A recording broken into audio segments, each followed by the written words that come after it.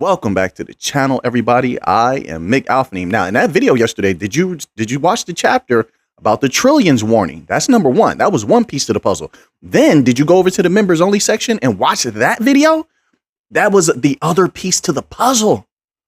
If you watch that video, you know how significant what is going on right now is. And that's, well, we'll get to that another time. This article here is from the dailyhodl.com. It just doesn't stop. Things are speeding up so fast, it's unbelievable right now. So this is coming from Sentiment, and the article is titled, XRP has high likelihood of a second pump. Now, we know there's going to be way more pumps than just two, but they're talking about coming up, right? It says, predicts crypto analytics firm Sentiment. But there's a catch. Oh, what's the catch? I don't see any catch except that there could be the second pump could be followed up by a third pump in a very short time period. That's the only catch that I would see. But let's read this little tidbit here. It says crypto analytics firm platform Sentiment is laying out the path forward for XRP after court ruled that Ripple Labs automated open market XRP sales did not constitute sale of securities.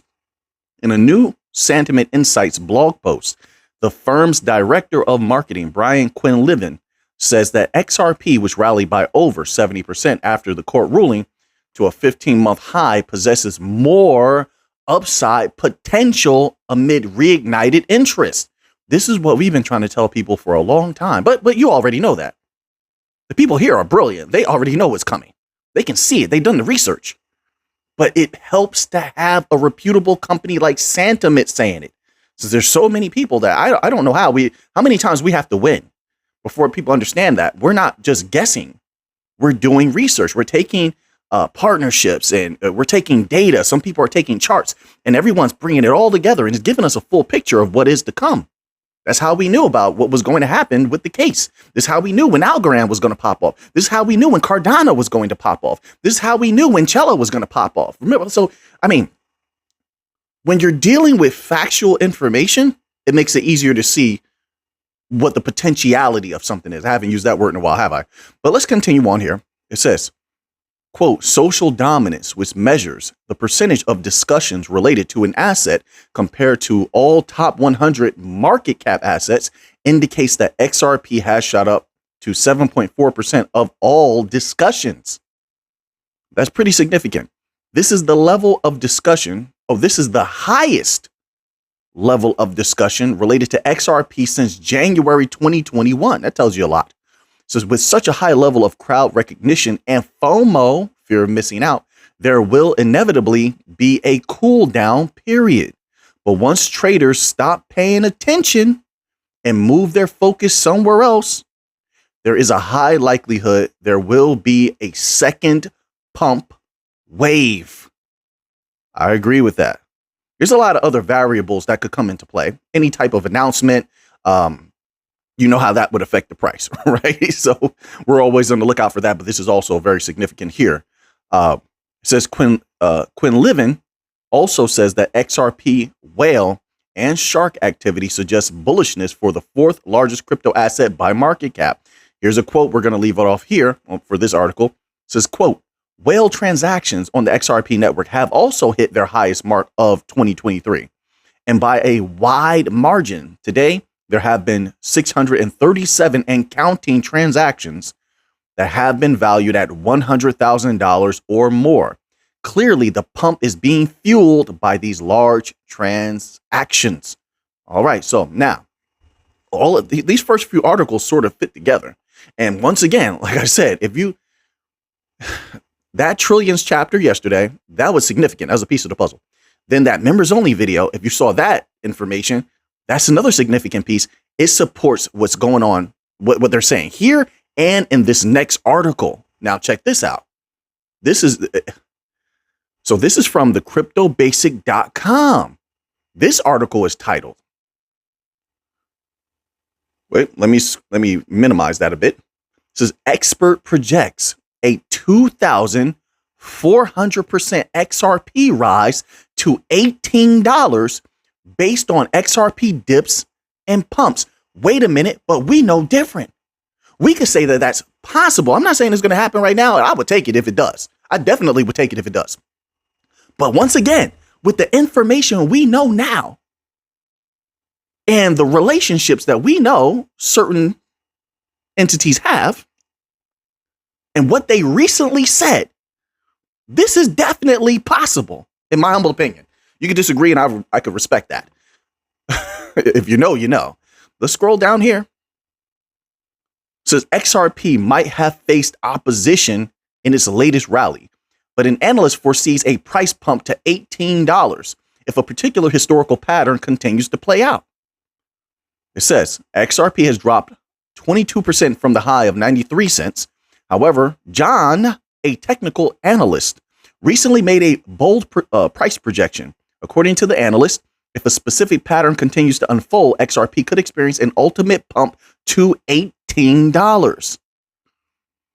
John's analysis references a historical pattern riddled with a series of price dips and pumps on the XRP daily chart. I'm going to say this, the catalyst right now. If you're reading certain articles, you're privy to certain information, the catalysts are getting heavier and heavier, more potent with each day. And I have another members only video I'm putting together right now. Yeah, I've been dropping them because it's getting so insane how fast things are happening. And I'm telling you now, well, you'll see when I drop that video. You'll see. It says here, following the price spike to 93 cents on July 13th, XRP has continued to shed off the gains picked up over the past 2 days. John's analysis suggests that this dip would persist until XRP drops to 52 cents. It's been holding pretty firm. It's been holding firm at a certain price range. We'll see. I could be wrong. Maybe it will go to 52, but we'll see. It says, however, he noted that a surge to $4.30 would follow after this. I could see that happening as well. Like I said, it's all for in my personal opinion, it's based on the catalyst. And I don't, and listen, I don't rule out FOMO either, because the whale activity, whoever they are, right? It could be companies, they could be buying by proxy. Yeah, definitely FOMO is there because they know what XRP is. The big money has been moving everything. You want to be realistic. The big money has been moving Bitcoin. The big money has been moving XRP because they know what's to come. And they're going to squeeze the sponge until there's nothing left. Only for the sponge to refill, they'll come and squeeze it again. But that's how they make money. That's how money is made. You got to go over after what's hot, what's powerful, what's potent. XRP has clarity, multitude of banks, countries. It says here, the analyst anticipates another dip from $4.30 to $1.60. I can see that happening as well. It says, which would usher in a pump to $7.40. I like this individual's analytical ability. You tell me, you like this? According to him, a subsequent drop from $7.40 to $6 would ensue. And once again, of course, I know no one knows. No one knows. This is just this individual's estimations, nothing more than that. We're not saying this is a guarantee. This is what's going to happen. Not saying any of that. I want to preempt a lot of people I know because they're going to come in the comment section. They're going to tell me, yeah, Mick, this is nobody knows. I understand that. But us using our ability to discern what has a greater propensity for happening versus what does not, measuring certain information, that's how we've gotten to this point now. If we didn't use our ability to discern and measure and estimate, and measure, we would not have seen the disgusting gains we just saw. People made some good gains right there from a lot of assets that went green at the time. We wouldn't have made the great gains that we made in the last bull run. So we must continue with what is working, right? That's all we're doing. We're just taking in some data. Now, let's get to this. It says, however, John says this will precede a remarkable surge to $18. So he's giving you a good amount of volatility there, which I think is based on a lot of chart information. I'm sure certain precedents set in the past. It says a rise to $18 would mark a 2,400% increase in XRP's current value. So I'm going to stop right there. They have a lot more here. They have a section titled XRP Key Fibs. They go deep in this article. Once again, it's on thecryptobasic.com. Make sure to check them out. It's right on their front page. You can't miss it. All right, so you can see this stuff for yourself. Make your own judgments. So now let's move on here to another article. This article here is from U.Today, and it is titled Ripple versus SEC Ruling. Court drew reasonable line, says venture capitalists. Let's see what they're talking about here. So it begins as such.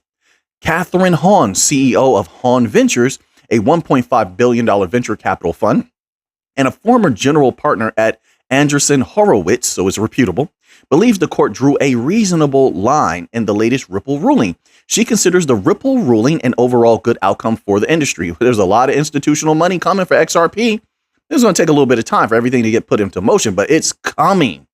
And that's just one little piece of what could affect XRP's price. Just my humble opinion. It says here, according to Hahn, legal experts also hold the same opinion, with the consensus being that the court drew a reasonable line distinguishing between XRP itself, which is not an investment contract and thus not a security, and certain XRP transactions in which institutional investors made direct payments to Ripple, and that's questionable. That's going to be decided by the courts. Keep that in mind. It was left sort of open so that it could be decided by the court. So I'll go by what the future court decisions are. Until then, yeah, I'll let it be what it is. So it says here, she highlighted a precedent set with the Ripple ruling, saying this would track the line the crypto industry will draw in upcoming cases against the SEC. We've been saying that all along, that this victory set a precedent, but I'll say this, mostly for the other bank coins, which we're going to get to an XLM article in a little bit. And it shows that, what did I say? I told you, individuals building with the bank coins, working with the bank coins will want to play a little bit more when the ruling comes out, and we're seeing it now. Just a little bit, but we're seeing it. All the rest of crypto that are not utility coins, they may still have a bit of a problem. But the utility coins, mostly the bank coins, I think they're in the clear. So let's continue right here. It says, track the line crypto industry will draw in upcoming cases against the SEC. Tokens are never, quote, investment contracts on their own, and in ways that they're typically used as well. It says, only binding contracts imposing post-sale obligations on the seller can constitute investment contracts, and hence tokens traded on exchanges or secondary markets would rarely qualify, which means that even if you're setting up infrastructures, once again, you can just buy the things that you need for transaction fees, subscription fees. If it's this particular token for staking, whatever, you can just buy them off the open market. Why not? It's the same way central banks do gold. You can buy gold from anywhere, right? And they hold it and use it for different things. All right. Same thing with crypto. That's how I look at it. So now let's move on to another article here. We have many to get through. There's a lot of big news happening today. A lot of big news. So then we get to this article here. Let me enlarge that. This is from Cointelegraph.com. All right. I want to give a big shout out to Keith. Big shout out to the Wizard. Big shout out to Dr. Slimeball. Hope you're all doing well. Big shout out to Philip, Asti, Akareko, Love Life 22, Matthew, so many people, so many great people. Head Trauma was in the comment section the other day. Appreciate you. All right. So now this article is titled Senator Loomis urges clear crypto regulations after XRP ruling.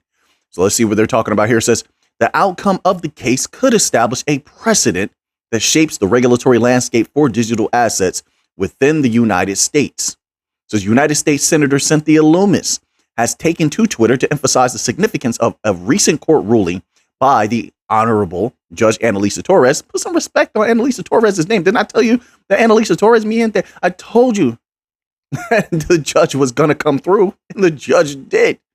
The Honorable Judge Annalisa Torres, which declared that Ripple's XRP token should not be considered a security when sold on digital asset exchanges. Loomis highlighted that the ruling underscores the urgent need for Congress. Oh my goodness, you really think Congress is going to take action?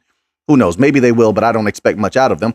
Need for Congress to establish a comprehensive and unambiguous regulatory framework for cryptocurrencies. There's too much money flowing through Congress, and I mean all of politics. There's too much money flowing through that system that sways them this way or that. So it's not really based on what's right or opinion. It's based on who's paying certain things, if you understand, right? So let's continue on. It says but this is a noble attempt, and if something does come out of it, I'm all for it. It says in her statement, Loomis stressed the importance of the court ruling and its impact on the cryptocurrency regulation. She stated that the verdict reinforces the immediate requirement for Congress to provide a thorough crypto framework that prioritizes the safeguarding of consumers. The Wyoming senator, who is a longstanding advocate of Bitcoin, highlighted the importance of a transparent cryptocurrency framework that would protect investors and foster innovation within the cryptocurrency industry. I'm going to say something about Bitcoin real quick, too. I've been seeing some activity, certain things that a lot of big money is saying. I don't know. I think Bitcoin could go down a little bit. I think they're trying to make people buy Bitcoin right now. They're pumping it up, trying to make them buy right now so they can sell on the people. It'll go down a little bit before it explodes again. Let me make that clear. I do believe Bitcoin is going to go up significantly, right? But first, I think it could come down a little bit. Anytime you start getting these like millionaires and billionaires literally telling people, buy Bitcoin, buy Bitcoin, buy Bitcoin. I know that they don't care about the regular people, right? So there's not trying to help you out. They're trying to take your money, right? So I think it could, and I could be wrong. I could be completely wrong. But I think it might come down a little bit. They may take heavy profits. It might come down a little bit. Then it'll explode again, right? They're going to just rinse and repeat with these individuals. But I've been seeing a lot of that. Let's continue on here. Just random thoughts. That's all. You don't have to take my word for anything. It says the Wyoming senator, who is long-standing advocate of Bitcoin, highlighted the importance of a transparent cryptocurrency framework that would protect investors and foster innovation within the cryptocurrency industry. You know what? I always have a laugh when they're talking about protecting adults. And it's like a lot of us, I think most of us are very knowledgeable. We protect ourselves. We know what's foolishness to get involved in. If anyone chooses to get into something that is troublesome, risky, that is their choice, right? But we protect ourselves. We can protect ourselves. I'm not the type of individual who wants someone to do something for me or tell me what to do or guide me. Absolutely not. I like to exist as a sovereign being. I control myself. I have discipline, things like that. And so I always have a laugh at that. Like, who do they think are these babies that they're protecting? Of course, I know that, well, in my humble opinion, this is just a guise, of course, so they can take certain actions and, but let's continue on here. It says here, she specifically referenced the Responsible Financial Innovation Act, known as the Loomis-Gillibrand Bill, a legislative initiative co-introduced by herself and Senator Kirsten Gillibrand. Says the purpose of the bill is to provide clarity and establish regulatory guidelines for digital assets, aligning them with the interpretation of the Howey test. Oh my word, this Howey test again. Did the Howey test fare well when it came to this case with Ripple and XRP? That's what they were initially going after. They were going after XRP. The crux of the case was about XRP. What did the judge say? So shouldn't we have something redone now? Have this testing redone, something new? Not some test you got to blow the dust off of in order to enact, to initiate something that's outdated. The thinking must change in order for things to move forward within all of these spheres of the world. A lot of the thinking of the world is antiquated. So no matter how much the technology moves forward, humanity as a whole will be held back because the minds that control humanity, they have been in stagnation for so long. This is my humble opinion. So thinking must move forward. But, some people don't want to do that. It takes a lot of willpower to move forward and learn something new and to adapt to new systems. Very easy to stagnate and just rely on old systems. It's very injurious as well. But let's move on to another article here. So this article here is from U.Today, and it is titled, Ex-Ripple Executive Denies Effect on XRP Price Levels, Unveils Real Key Factors. So let's scroll down here, see what they're talking about. All right. And I wanted to cover this article because I think it sort of touches on someone's comment that I saw in the comment section the other day. So it begins here. It says, in a recent Twitter exchange surrounding Ripple's impact on the price of XRP, former director of developer relations at Ripple, Matt Hamilton, shared insightful perspectives on the matter. While engaging in a lively debate, Hamilton emphasized key aspects that shed light on the relationship between Ripple's holdings and the price fluctuations of XRP.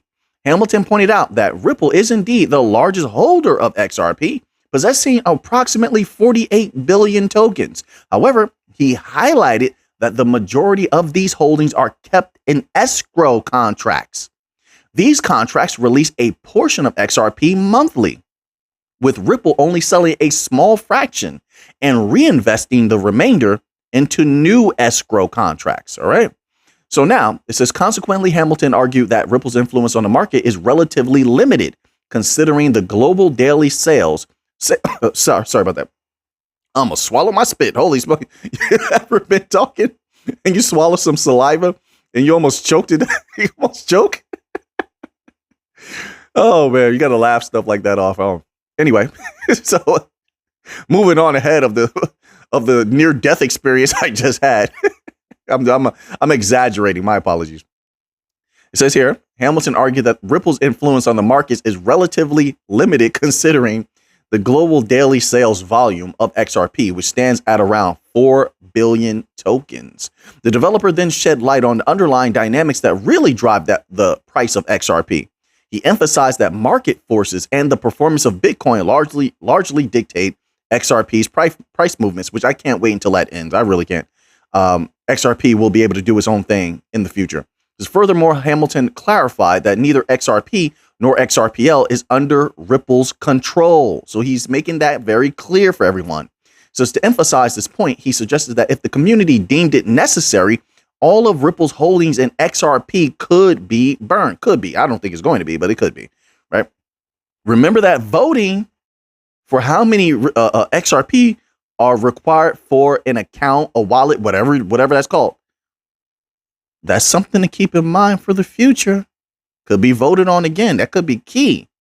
Just putting that out there. So now let's move on here to another article. So now you can see that the rush has begun. I think a lot of entities behind the scenes knew that Ripple was going to win that case. I mean, you had all the top lawyers saying that we were going to win that case.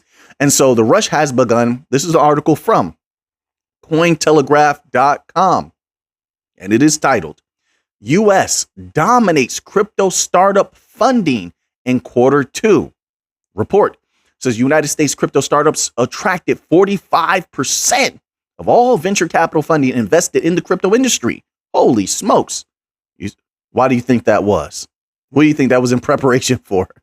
This is followed by the United Kingdom, 7.7%, and Singapore, 5.7%.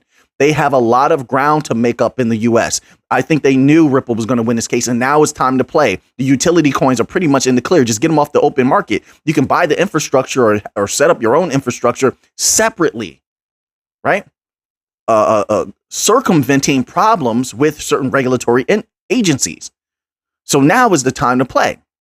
But it says here, despite facing regulatory scrutiny in the United States, well, a lot of that has to go away now. Says crypto firms continue to innovate, with nearly half of all capital investments flowing toward U.S. crypto businesses, according to a recent report published by crypto investment firm Galaxy Digital on July 14th. The report stated that U.S.-based crypto startups had a significant share of interest from venture capital firms. Quote, U.S.-based crypto startups accounted for more than 43% of all deals completed and raised more than 45% of the capital invested in VC firms. The United Kingdom, okay, then they iterate the same thing they did at the top. They reiterate. It says here, however, it was noted that the total amount of capital invested in crypto and blockchain startups continued to decline quarter to quarter. It says only 720 million. Well, that's really relative to what they need the capital for, because a lot of these infrastructures, they've been streamlined. They're very efficient now. So it doesn't take as much money to do certain things as it would have in the past. You understand what I'm saying? So I try to keep that viewed in a balanced way. It says it was further noted that while companies in the broad Web3 category had more deals, companies in the trading category raised more capital. That's another thing, that Web3. They want that Web3 to go up quickly. The financial industry, that is. Don't worry, everything else they sort of want it as well. But the financial industry definitely wants that. They're closing a massive amount of banking branches. They want to go digital now, but they can only do it with the DLTs. So with the significance of this case ending, now everything's going to be in a rushed trajectory over the next 2 years. That's what we're looking at. And I think we're going to see multiples of significant leaps happening over the next 2 years. So it's something to keep an eye out for. So we're going to leave that one there. I'm trying to get to the other news. All right. Without skipping any articles today. So now Little bit of stellar news. I like this company. This is from BPV. Oh, yeah. Oh, yeah. So this is an article titled BP Ventures Wins Stellar Community Fund Award. Now, that's not the significant part. It's not. Let's read this little bit and we're going to see a little piece here and you tell me what you think. So it begins as such. BP Ventures, a leader in fintech, is proud to announce that it has been rewarded the prestigious Stellar Community Fund Award, number 14, for its groundbreaking project Light Echo Oracle. This recognition further solidifies BP Ventures' commitment to supporting the Stellar ecosystem. Yeah, they've been one of the best, right along with Stronghold, pushing Stellar everywhere. Oh yeah, let's keep going. Solidifies BP Ventures' commitment to supporting the Stellar ecosystem, driving innovation and in transformative solutions. Light Echo Oracle, a unique smart contract price oracle on Stellar's Soroban system, addresses the critical need for comprehensive data coverage and advanced financial products. For who? What did they say before? BPV is going after the big money. You remember? The banks. Let's keep it going. This is significant. Let's keep it going. It says I almost knocked my light over for the 1,000th time on this channel.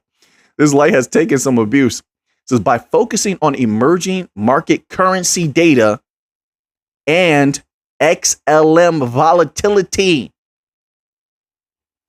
Let me say that again. It's almost time to play, folks. And in my humble opinion, I could be completely wrong. I could be. I'm loving what BPV is doing. How many of these companies are actually doing anything directly and then talking about XLM directly? The implications are heavy. It says by focusing on emerging market currency data and XLM volatility. Which means what? What are the implications of that? You know. Yes, you do. You know. It says Light Echo Oracle empowers developers to create inclusive financial solutions for emerging markets. Why? They know, just like I know, XLM is the key. You have to look at XLM volatility. If you have, let's say you have a mechanism where you purchase XLM on the market. Well, no, let's not say that. Let's say you put your local currency in, instantly it's sent, you have the address to where you want to send it. Instantly you send it over to that wallet's address, wherever it is across the world. So instantly it's converted to XLM and that payment arrives. And it's so quick that it does your payment cannot lose value in during the transaction, during the sending of it. I mean, tell me if I'm wrong, but that's what I would take a little piece of what I would take from this as far as looking at XLM volatility, which would mean what? That would mean XLM would be open to be used. I see this being the future of most of these currencies, XRP, XLM, Algorand. So even though the way I'm thinking about it, and I could be completely wrong, correct me in that comment section and inform me if you think this is it can happen a different way. Maybe I'm saying something wrong, but right now it looks very clear to me. So the price of the actual protocol can go up, but it would make no difference to the people using it as a currency. You get what I'm saying? Instant settlement finality, faster than email. So I put in my dollar and I send it to somebody. I don't even have to know it's using XLM. If the systems are set up correctly, it's just automatically converted, sort of like what Quant does. Boom, it's sent. So that person receives the dollar that I'm sending. XLM now is being used constantly. So on the market, the price goes up. I don't know. Maybe I'm just playing with that. I'm playing with that thought. It's a thought that can grow. But this was significant, I think. It says, quote, "We are thrilled to receive the Stellar Community Fund Award number 14 for our Light Echo Oracle project," unquote, said Christian Larson at BP Ventures. Quote, "This recognition reaffirms our dedication to fostering innovation in the Stellar ecosystem." Yeah, they're going to do a lot more. I love this company. I can't wait to see what they're doing next. BPV. Keep putting out articles. All right. Alphanim is on you. I'm loving what you're doing. I know. Hopefully you see something. Hopefully you see this. So now let's move on here. So we got a little bit of Algorand news. So Algorand retweeted this here. It's from Matt Keller. It says here, an ever increasing number of people receiving resources with an ever increasing ability to buy goods in Afghanistan on the HisabPay platform built on Algorand. Algorand continues to expand where almost no other companies expand. They are dominating the world. The future is bright for Algorand. It says the world's best tech in the world's hardest places. Exactly. I couldn't have said it better myself. Algorand is the most balanced bank coin company. What they're going to do, especially now that Ripple won this case, what they're going to do in the future with all of their extremely advanced technology, by the way, they have a lot of banks. They have insurance companies. They're in healthcare. They're in music. They're in gaming. They have one of the strongest teams I've ever seen, led by Silvio McCauley, Stacey Warden, one of our warriors. They're going to dominate in the future. I like seeing things like this. Keep doing good, Algorand. I still believe in you. I'm not going anywhere. And they have another tweet here. This tweet is directly from the Algorand Foundation. It says, congrats to at Zabava Labs team on winning first place at the cross-chain Web3 Gaming Week Google Hackathon. They just keep on winning awards on Algorand. We even saw Silvio McCauley racking up awards. Now, these are winners. They don't know how to lose because, number one, they have talent, but they don't rely on the talent. They have intelligence, but they don't even just rely only on that. They will outwork you. And that's what I want in a company. I need a company that's going to work their tail off and keep staying hungry and keep racking up victories. There is no plateauing in Algorand. Some people can't see that. And I know what the markets have done to Algo's price and such.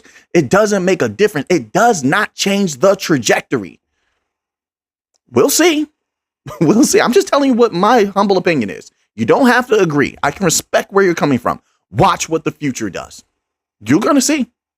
So now, let's move on here. Another bank coin. Bank coins on fire lately. Oh, yeah. Oh, yeah. Oh, the next true bull run is going to be beautiful. This is from Cointelegraph.com, and it is titled, Celo blockchain proposes return to Ethereum ecosystem, transition to L2. Let's see what they're talking about. I like all activity on Celo. It explodes so easily. Why would I not? If it did what it did last time, can you imagine what it's going to do in the future? So C Labs, the organization responsible for developing the Celo blockchain, is seeking to return to the Ethereum ecosystem by transitioning from an independent EVM-compatible Layer 1 blockchain to an Ethereum Layer 2 solution. You know, it's interesting that there's been so much talk lately about universal basic income. And then, have you seen those articles?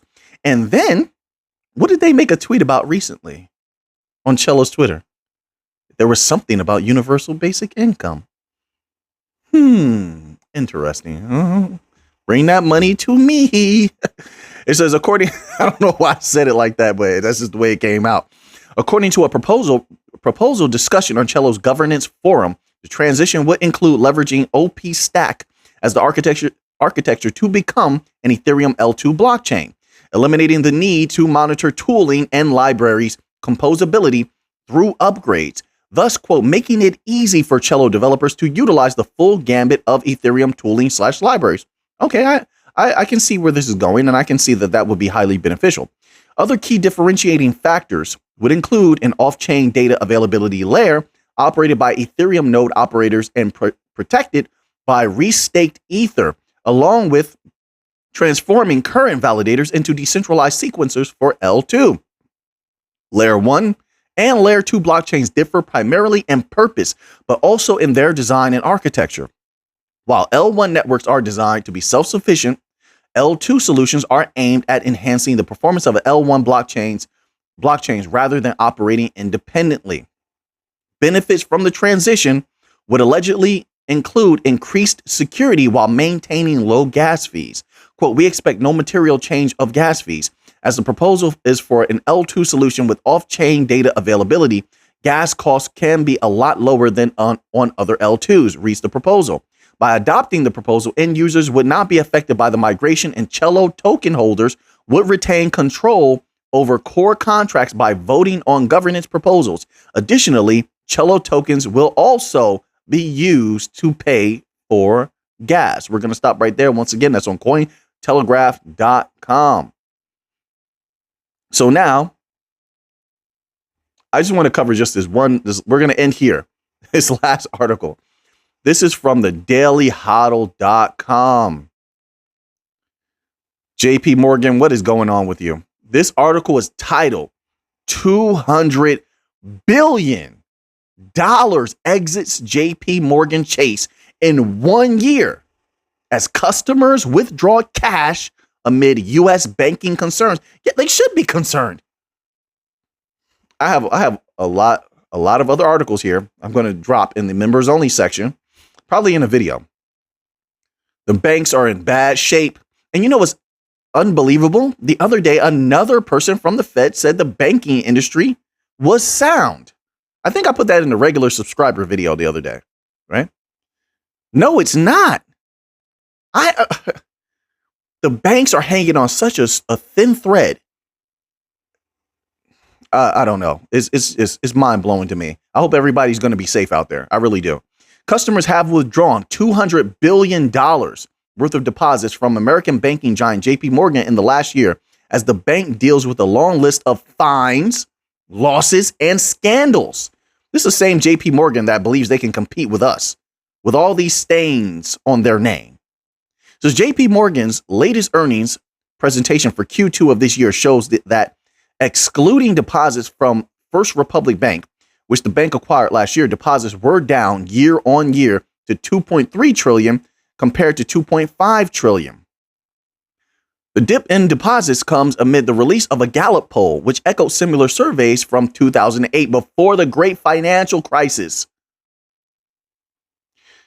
What does that tell you? That found nearly half of Americans are now concerned about the funds they keep in banks or other financial institutions. Yeah, first of all, they've been, not JP Morgan, but a lot of banks have been closing people's accounts. Secondly, they've been freezing people's accounts. And this has been going, a lot of that information has been going around the internet. So the people have, not only that, a lot of banks have been going down. You have over 900 of them at risk of going down. The people are becoming privy and they're protecting themselves. I'm all for the people protecting themselves. Don't get me wrong. I want to take the bank's money, but I'm not pro-bank. It says, quote, after several recent high-profile bank failures in the U.S., okay, so they actually cover it. About half of Americans are concerned about the safety of the money they have in bank. Yeah, and the bank's been getting bailed out ever since. Check that out. They have that data, I believe, available on Fred. I think the St. Louis Fed lets you know. They put out a lot of information at the St. Louis Fed. You can check out their Twitter. So you can have the information for yourself. It's not just me telling you. But they have been bailing them out. They've been accessing that bailout money from when SVB and Silvergate went down ever since that time. So they're not healthy. They're being propped up. How long can that continue? Unrealized losses over their head, commercial real estate overhanging over their head. So I understand why people don't trust them. But JP Morgan, hey, you're in trouble. So in JPM's earnings report, CEO Jamie Dimon, a staunch critic of Bitcoin, of course you are, right? Criticize, you need to worry about yourself. That's a problem with a lot of individuals. They're not focused. They're not focused on what they have going on. They're worried about everybody else, but they don't see the whole. So since they're looking up here at everyone else, they're not looking down to see the hole that they're going to fall in. This is quote, there are still salient risks in the immediate view, many of which I have written about over the past year. Consumers are slowly using up their cash buffers. Really, that's how you. Core inflation has been stubbornly high. Quantitative tightening of this scale has never occurred. Fiscal deficits are large, and the war in redacted continues, which in addition, so all these excuses about why your company is having this type of issue, this type of problem. Come on. This is not what I look for if I'm looking at someone to lead a company. I don't want excuses.